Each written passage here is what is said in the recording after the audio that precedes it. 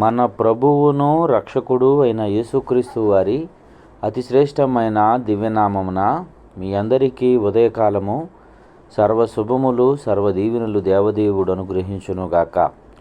ఆమేన్. దేవుని బిడ్డలారా, ఈరోజు 15వ తారీఖు జూలై నెల 2024వ సంవత్సరము.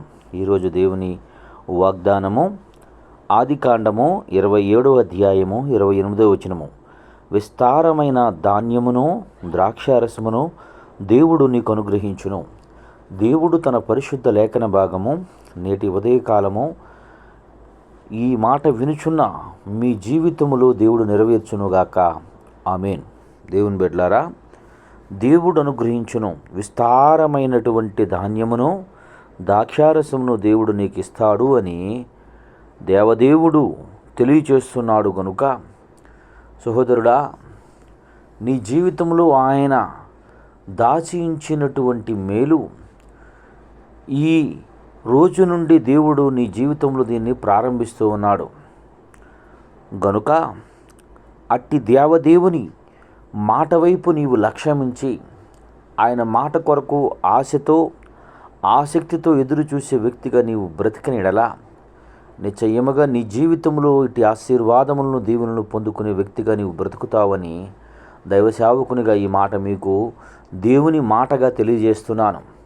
ఇస్సాకు గారు యాకోబు గారిని అంటున్నటువంటి మాట, విస్తారమైనటువంటి ధాన్యమును ద్రాక్షారసమును దేవుడు నీకు ఇస్తాడు అంటున్నాడు. నాటి కాలంలో ధాన్యము బ్రతుకుటకు అవసరమైనది, ద్రాక్షారసము మనిషిని సేద తీర్చుటకు అవసరమైనది.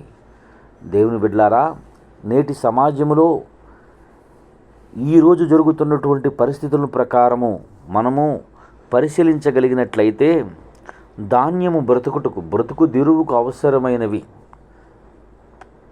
అలాగే నీ జీవితంలో నీ బ్రతుకు దిరువుకు అవసరమైనది ఉద్యోగము, వ్యాపారము, నువ్వు చేస్తున్నటువంటి నీ చేతి పని ఏదైనా దేవుడు విస్తారముగా దేవుడు నీకు ఆ పని ద్వారా ఆశీర్వాదాన్ని ఇస్తానని దేవదేవుడు తెలియజేస్తున్నాడు.